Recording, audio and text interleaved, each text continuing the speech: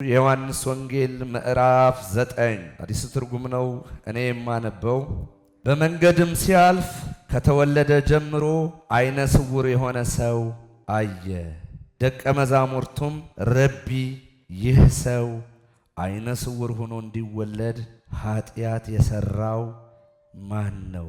እርሱ ወይስ ወላጆቹ ብለው ጠየቁት። ኢየሱስም እንዲህ ሲል መለሰ፣ እርሱም ወይም ወላጆቹ ኃጢአትን አልሰሩም። ይህ የሆነው የእግዚአብሔር ሥራ በእርሱ ሕይወት እንዲገለጥ ነው። ቀን ሳለ የላከኝን ሥራ መስራት አለብኝ። ማንም ሊሰራ የማይችልበት ሌሊት ይመጣል። በዓለም ሳለሁ የዓለም ብርሃን እኔ ነኝ። ይህን ካለ በኋላ በምድር ላይ እንትፍ ብሎ በምራቁ ጭቃ አበጀ። የሰውየውንም ዓይን ቀባና ሄደ በሰሊሆም መጠመቂያ ታጠብ አለው። ሰሊሆም ማለት የተላከ ማለት ነው። ሰውየውም ሂዶ ታጠበ፣ እያየም ተመልሶ መጣ። አሜን አሜን አሜን አሜን። ከዛ ይቀጥልና እንደዚህ ይላል፣ ጎረቤቶቹና ከዚህ ቀደም ብሎ ሲለምን ያዩት ሰዎች ጎረቤቶቹና ከዚህ ቀደም ሲለምን ያዩት ሰዎች ይህ ሰው ተቀምጦ ሲለምን የነበረው አይደለምን አሉ። አንዳንዶችም በእርግጥ እርሱ ነው አሉ። ሌሎቹም ይመስለዋል እንጂ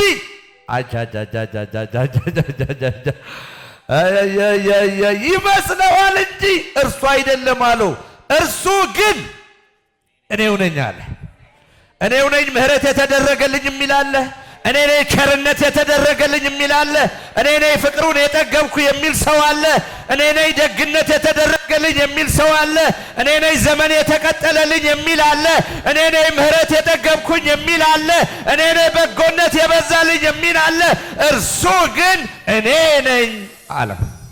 እኔው ነኝ ባለ ምሕረት፣ እኔው ነኝ ቸርነት የተደረገልኝ፣ እኔ ነኝ ያለማኝ፣ እኔው ነኝ ዛሬ ሕያው ሰው የሆንኩት፣ ሙሉ ሰው የሆንኩት፣ እኔው ነኝ የቆምኩት፣ እኔው ነኝ ደግነት የተደረገልኝ። እርሱ ግን እኔው ነኝ አለ። እነርሱም ታዲያ ዓይኖችህ እንዴት ተከፈቱ ሲሉ ጠየቁት። እርሱም ኢየሱስ የሚሉት ሰው ጭቃ አድርጎ ዓይኔን ቀባኝ፣ ወደ ሰሊሆም ሄጄ እንድታጠብም ነገረኝ። ሄጄም ታጠብኩኝ፣ ማየትም ቻልኩኝ ሲል መለሰላቸው። እነርሱም ታዲያ ያ ሰው የት አለ አሉት። እርሱም እኔ አላውቅም አለ። ፈሪሳውያን ሰውየውን እንዴት እንደተፈወሰ ማጣራት ቀጠሉ። በዛ በተነቀፋችሁበት ጉዳይ ላይ አነጋጋሪ የሆነ የእግዚአብሔር ክብር ይገለጣል። በዛ ሰዎች በተፈላሰፉባችሁ በዚያው ነገር ላይ እንደገና እዚያው ነገር እጁ ይገባል፣ ክብሩ ይገባል፣ ጣልቃ ይገባል እግዚአብሔር። ፈሪሳዊው ሰውየው እንዴት እንደተፈወሰ ማጣራት ቀጠሉ። እነርሱም አይነ ስውር የነበረው ሰው ወደ ፈሪሳውያን ወሰዱት። ኢየሱስ ጭቃ የሰራበት የሰውየውንም አይን የከፈተበት ቀን ሰንበት ነበር። ስለዚህ ፈሪሳውያን እንዴት ማየት እንደቻለ ጠየቁት። ሰውየውም እርሱ አይኔን ጭቃ ቀባኝ፣ እኔም ታጠብኩኝ፣ ይሄው አያለሁ። ከፈሪሳውያንም አንዳንዶቹ ይህ ሰው ሰንበትን ስለማያከብር ከእግዚአብሔር አይደለም አሉት። ስለዚህ አይነ ስውር ወደ ነበረው ሰው ተመልሰው አይንህ ስለከፈተው ሰው እንግዲህ አንተ ምን ትላለህ አሉት። ሰውየውም ይኸውላቸው ከፍታውን ሲጨምረው ቀደም ሰውዬ እያለ ነበር። አሁን ደግሞ ሲጠይቁት ከሰውየው ወጣና ነብይ ነው። ስለዚህ አይነ ስውር ወደ ነበረው ሰው ተመልሰው አይነ ስለከፈተው ሰው እንግዲህ አንተ ምን ትላለህ አሉት። ሰውየውም እርሱ ነብይ ነው አለ። አይሁድ ወደ ወላጆቹ ልከው እስኪያስጠሯቸው ድረስ ሰውየው አይነ ስውር እንደነበረ እንዳየ አላመኑም ነበር። እነርሱም አይነ ስውር ሆኖ ተወልዷል የምትሉት ልጃችሁ ይህ ነውን? ወላጆቹ መጡ፣ ቆሙ። እሱም ቆሟል። አይን ከሕፃንነት ጀምሮ አይነ ስውር ሆኖ የተወለደው ልጃችሁ ይህ ነውን? ታዲያ አሁን እንዴት ሊያይ ቻለ? ወላጆቹም እንዲህ ሲሉ መለሱ፣ ልጃችን መሆኑ አይነ ስውር ሆኖ መወለዱን እናውቃለን። ልጃችን መሆኑ አይነ ስውር ሆኖ መወለዱን እናውቃለን። አሁን ግን እንዴት ማየት እንደቻለና አይኖቹ ማን እንደከፈተለት እኛ አናውቅም። ሙሉ ሰው ስለሆነ የሚሸማቀቅበት ዘመን ሰብሮለታልና ያቀረቀረበት ዘመን ነቅሎለታልና ስለ ራሱ መናገር ይችላልና ሙሉ ሰው የሚያደርግ ኢየሱስ አግኝቶታልና እርሱን ጠይቁት። ኢየሱስ ክርስቶስ ነው ብሎ የመሰከረ ሁሉ ከምኵራብ እንዲባረር አይሁድ አስቀድመው ወስነው ስለነበር ወላጆቹ ይህን ያሉት አይሁድን ፈርተው፣ ስለዚህ ወላጆቹ ሙሉ ሰው ስለሆነ እርሱን ጠይቁታል። አይነ ስውር የነበረውም ሰው ዳግመኛ ጠርተው አንተ ሰው እግዚአብሔርን አክብር፣ ይህ ሰው ኃጢአተኛ መሆኑን እኛ እናውቃለን አሉት። እርሱም ኃጢአተኛ መሆኑ እኔ አላውቅ፣ ነገር ግን አይነ ስውር እንደነበርኩኝ አሁን ግን አይኔ እንደሚያይ ይህን አንድ ነገር አውቃለሁ አለ። እነሱም ምን አደረገልህ? እንዴትስ አይን ከፈተ? ብለው ጠየቁት። ደግሞ እንደገና ጠየቁት። እርሱም አስቀድሜ ነገርኳችሁ አላደመጣችሁም። ለምን እንደገና መስማት ፈለጋችሁ? ወደ ነብይነት ተቀየረ እንደገና። ለምን? ምንድነው ሞቲቫችሁ? ለምን እንደገና መስማትን ፈለጋችሁ? እናንተ ደግሞ ደቀ መዛሙርቱ ልትሆኑ ትፈልጋላችሁን? አለ። ከዚህ በኋላ በእርሱ የስድብ ናዳ በማውረድ እንዲህ አሉት፣ የዚህ ሰው ደቀ መዝሙር አንተ ነህ፣ እኛስ የሙሴ ደቀ መዛሙርት ነን። እግዚአብሔር ሙሴን እንደተናገረው እናውቃለን። ይህ ሰው ግን ከየት እንደመጣ እንኳን አናውቅም። ሰውየውም እንዲህ ሲል መለሰላቸው፣ እናንተ ከየት እንደመጣ አለማወቃችሁ የሚያስደንቅ። ይሄ ሰው ይሄ ነቢይ ፈሪሳውያን፣ አስተማሪዎች፣ የሃይማኖት አባቶች የተከተልናችሁ እናንተ ማን እንደሆነ አለማወቃችሁ የሚደንቅ ነው፣ የሚገርም ነው፣ የሚያስደንቅ ነው። ይሁን እንጂ እርሱ አይኖችን ከፈተልኝ። እግዚአብሔር የሚፈራውንና ፈቃዱን የሚያደርገው እንጂ ኃጢአተኞችን እንደማይሰማ እናውቃለን። አይነ ስውር ሆኖ የተወለደ ሰው አይን የከፈተ አለ ሲባል ዓለም ከተፈጠረ ጀምሮ ማንም ሰምቶ አያውቅም። ይህ ሰው ከእግዚአብሔር ባይሆን ኑሮ ይህን ማድረግ ባልቻለ ነበር። እነርሱም ሁለንተናህን በኃጢአት ተነክሮ የተወለድህ አንተ እኛን ለማስተማር እንዴት ትደፍራለህ? ሲሉ መለሱለት፣ አባረሩትም። ኢየሱስም ሰውየውን እንዳባረሩት ሰማ። እንደገና ስትባረር የሚመጣ ኢየሱስ ነው። ብራዘር ሰማ፣ ሲያባረሩት ሰማ። እሺ ባገኘው ጊዜ በሰው ልጅ ታምናለህን? አለው። ሰውየውም ጌታዬ አምንበት ዘንድ እርሱ ማን ነው ሲል ጠየቀው። ኢየሱስም አይተኸዋል፣ አሁንም ከአንተ ጋር የሚነጋገር እርሱ ነው አለው። ሰውየውም ጌታዬ ሆይ አምናለሁ አለ፣ ሰገደለትም። ኢየሱስም ዕውሮች እንዲያዩ የሚያዩም እንዲታወሩ ለፍርድ ወደዚህ ዓለም መጥቻለሁ አለ።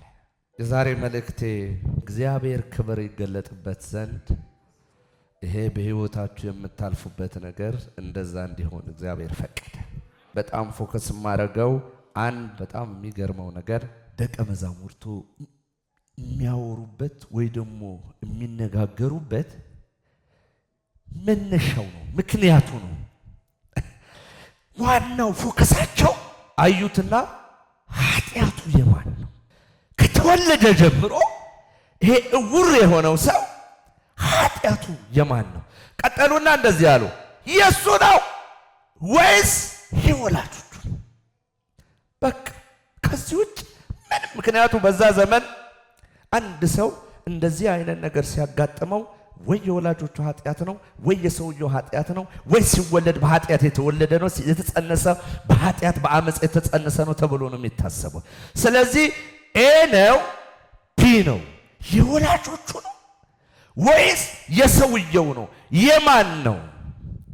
ኢየሱስም መጣና የወላጆቹም አይደለም የሱም አይደለም፣ የእግዚአብሔር ክብር ይገለጥበት ዘንድ ይህ ሰው እንደዚህ ሆነ። አንዳንድ ጊዜ በሕይወታችን ውስጥ ይሄ ሰው ብላይንድ ነው፣ ብርሃን አያውቅም፣ ከለር አያውቅም፣ ጥገኛ ነው፣ ለማኝ ነው፣ እየለመነ የሚኖር ሰው ነው፣ ሰው የሚረዳው ሰው ነው፣ ጥገኛ የሆነ ሰው ነው፣ ዘመኑ በሙሉ በጨለማ የኖረ ሰው ነው። ከዛ ይሄንን የመሰለ ከባድ ነገር ተሸክሞ ደግሞ እንደገና የሚወያዩበታል። ይገርማል። እንዲህ አይነት ከባድ ህይወት እያለፈ እሱ እንደገና ግን ጠረጴዛ ይዞ ደግሞ የሚወያያል።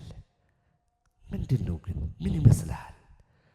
ስሜታዊ ስለሆነ ይመስልሃል? ብዙ የማያምን ስለሆነ ይመስልሃል? ብዙ ተች ስለሌለው ይመስልሃል? እንትኑ የጠፋበት ስለማያጠና ይመስልሃል? አገልግሎቱ እንደሚፈለገው ያልሄደው 40 ቀን ስለማይጸልይ ይመስልሃል? እንደዚህ ይመስልሃል? ንግዱ እንትን ያለው ዝም ብሎ ብር ስለሚበትን ይመስልሃል? እንደገና በዚህ አይነት ከባድ መንገድ እያለፈ ደግሞ ጠረጴዛ ይዞ ይመራመራል። ስለዚህ እኔ የምለው የወላጆቹ ይመስላል፣ የሱ ይመስላል፣ የወላጆቹ ይመስላል፣ የሱ ይመስላል። ወደኛ እናውረደው። የዛሬ መልእክት የመንፈስ ቅዱስ ውስጥ ላይ ያከበደው አንዳንድ ነገር ህይወታችሁ ላይ እግዚአብሔር እንደዚህ የምትጠብቁት የቆየባችሁ ነገር ውስጣችሁ ላይ ምንድነው? ምንድነው ችግሩ? እግዚአብሔር ይቅር ያላለኝ ኃጢአት አለ። የምጸልይበት ጸሎት ትክክል አይደለም። አካሄዴ ትክክል አይደለም። የት ቦታ ነው የሳትኩት? ምንድነው የተፈጠረ ያለው? ምንድነው እየሆነ ያለው? መተስ እኛ አበሻ በተለይ በደንብ ይገባናል። እንደዚህ አይነት ነገር ሁል ጊዜ አንፎርቹኔትሊ ሆኖ በእግዚአብሔር ቃል እየታደስን ነው እንጂ የምንሄደው ከተወለድን ከህፃንነት ጀምሮ ህይወታችን የሰው ኑሮ ውስጥ ጣልቃ መግባት የለመደ ነው። ባህላችን ውስጥ ያላቀ የሰው ኑሮ ውስጥ ግብት ማለት አይከብድም። ሲምፕል ነው። ግብት እንዲህ ስለሆነ ይመስለኛል እኔ እንዲህ ስለሆነ ይመስለኛል። ይሄ ነገር የተበላሸው እንዲህ ስለሆነ ይመስለኛል። ይሄ ነገር እንደዚህ የሆነው እንዲህ ስለሆነ ይመስለኛል። ስሜታዊ ስለሆነች ይመስለኛል። ጥበብ የሌላት ስለሆነች ይመስለኛል። እንዲህ ግብት ማለት ለእኛ ደግሞ ቀላል ነው ለማስረዳት። በቃ ግብት ነው የምንለው ገብተን።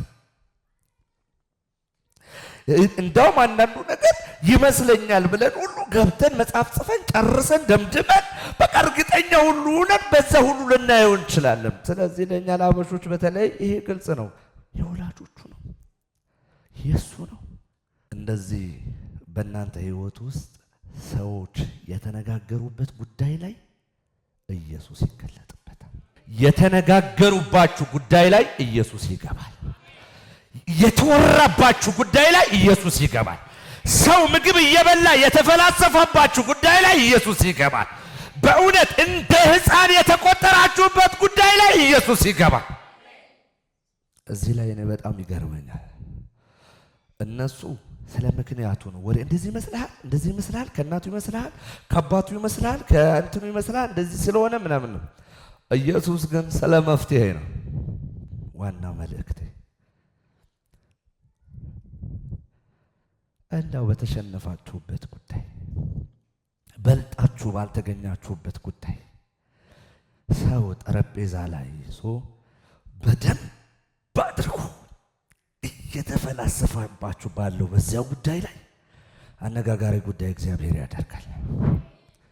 በጣም አነጋጋሪ የሆነ ጉዳይ እግዚአብሔር ያደርጋል። እርሱ ነው፣ እርሱ አይደለም። እርሱ ነው፣ እርሱን ይመስላል።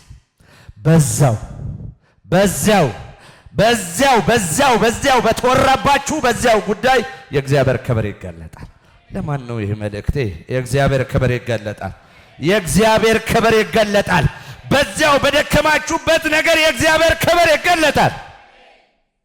ያ ታውቃላችሁ፣ አንዳንድ ነገር ዝም ብለህ ከሰው ጋር ታወራና ያ ሰው ያወራው ነገር ላይ ልክ እድል ስትሰጠው እንዲህ ስላላደረክ ብሎ በደንብ ተፈላስፎ እንዲህ ስላልሆነ በዚህ ስላልገባ በዚህ ስላልወጣ በሱ ነገር እግዚአብሔር ይገለጣል። በሱ ነገር እግዚአብሔር ይገለጣል። በሱ ነገር እግዚአብሔር ይገለጣል። እግዚአብሔር ክብር ይገለጥበታል። አሜን አሜን አሜን አሜን። የእግዚአብሔር ክብር ይገለጥበታል። ደካማ ተደርጋችሁ በተቆጠራችሁበት በዚያ ቦታ ላይ ክብሩ ይታይበታል። መቼስ ሁሌ የምለው ነገር አለ። አትውደቅ እንጂ መካሪ ብዙ ነው። የሆነ ነገር አትሆን እንጂ የሚፈላሰፍብህ ብዙ ነው። እንዲህ እኮ ብታደርጊ በዚህ እኮ ብትገቢ አንቺም እኮ እንዲህ ብታደርጊ አንተም እኮ እንደዚህ ብታደርግ እንዲህ እኮ ብታደርግ በዚህ እኮ ቢገባ እዛ እኮ ቢወጣ እንዲህ እኮ ብትሆኝ ኑሮ ያኛው እኮ አይሆንም ነበር። እዚህ እኮ እንትኑ ቢል ኑሮ ያኔ እንደዚህ እንትኑ ምናምን እንደዚህ ብለሽ ያኔ እኮ መሬቱን ብትገዢው እንትን እኮ ብታደርጊ ኑሮ እንደዛ አድርገሽ እኮ እቁብ ብትገቢ እንትኑ እኮ ብታደርጊ ኑሮ በዛ ብትደምሪው በዛ ብትጨምሪው እንዴ እኮ አትሸነፍ ብቻ እንጂ አንቺም እኮ የሆነ እንዳናገርሽ ፈርቼ ነው እንጂ አንቺም እኮ የሆነ እንዳላወራሽ ብዬ ነው እንጂ አንቺም እኮ ምናምን ይልና አንተ ይሁን እንትን ቁስልህ ላይ ጨው ይጨምርብሃል። በሱ ጉዳይ ላይ የእግዚአብሔር ክብር ይገለጣል። በሱ ጉዳይ ላይ የእግዚአብሔር ክብር ይገለጣል። እግዚአብሔር ይመስገን። እያየን የመጣው አነጋጋሪ ሰው ነው የሆነው። አይቶ ነው የቀረው።